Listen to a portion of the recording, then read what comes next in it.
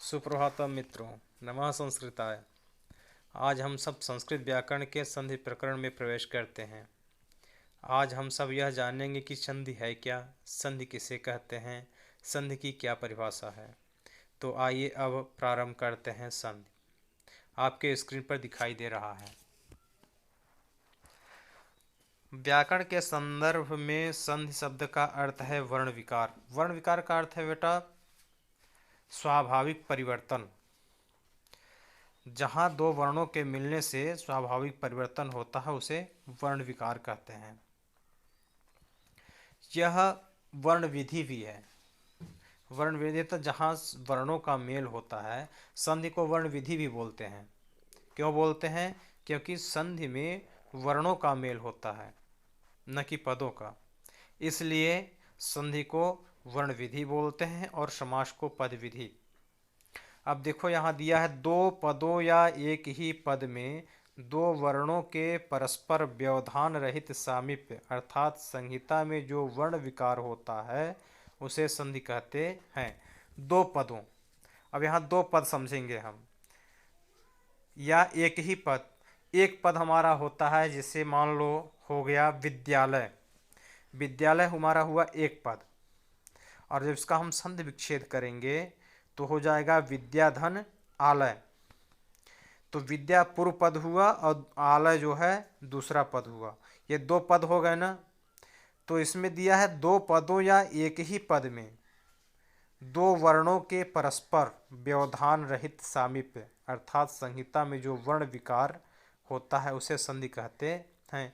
तो जब इसका हम संधि विच्छेद किए तो विद्या पूर्व पद हमारा हुआ विद्या, पूर्व पद के अंत में द्या में आ है, और उसके बाद उत्तर पद है हमारा आलय। आलय में उत्तर पद के आदि में आ है, तो पूर्व पद का आ और उत्तर पद का आ दोनों दीर्घ वर्ण हैं।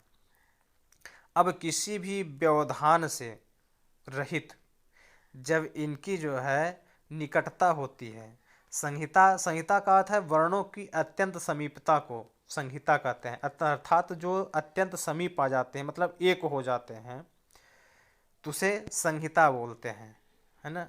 और उससे अत्यंत समीपता के कारण जो वर्ण विकार होता है अर्थात जो स्वाभाविक परिवर्तन होता है उसे संधि कहते हैं। संधि की एक परिभाषा और हम उसे देख लेते हैं, क्या है कि वर्णद्वयस सम्मेलने यत् स्वाभाविकम परिवर्तन भवत तदेव संधि। अर्थात दो वर्णों के मिलने से जो स्वाभाविक परिवर्तन होता है उसे संधि कहते हैं। देखो यहाँ उदाहरण के लिए यहाँ दे दिया गया है विद्याधन आलय बराबर विद्यालय। यहाँ पर विद्या में द्या से आ निकल गया है, तो विद्यधन आ धन, इधर आलय का आ निकाल दिए हैं, है ना। तो विद्यधन आ धन लय में आ धन आ की अत्यंत समीपता के कारण दो दीर्घ वर्णों की स्थान पर एक आवर्ण रूप दीर्घ एकादेश हो गया है। अर्थात पूर्व पद के अंत वाला आ और उत्तर पद के आदि वाला आ, इनकी निकटता से, इनके अत्यंत समीप हो जाने से यहाँ दीर्घ संधि हुआ है। अच्छा,